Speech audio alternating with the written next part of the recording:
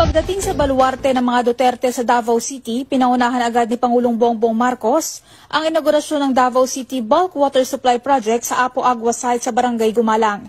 Higit 1 milyon Davaoenos daw ang makikinabang dyan. Now, the facility has been delivering 300 million liters of water per day to over 1 million households in Davao City.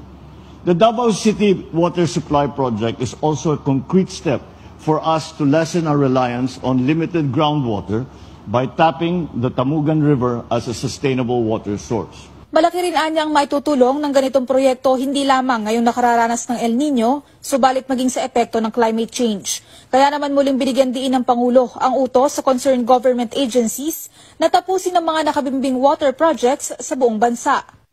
Any disruption to the water supply, such as the one posed by the El Nino phenomenon, which we are feeling the effects of now, degrades our quality of life. It dampens our economic activity and can fuel disorder.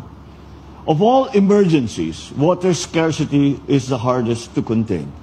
It is, however, preventable with foresight, right plans, united action, and strong political will.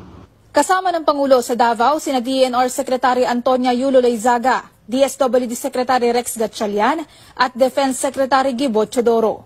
Halos buong araw ding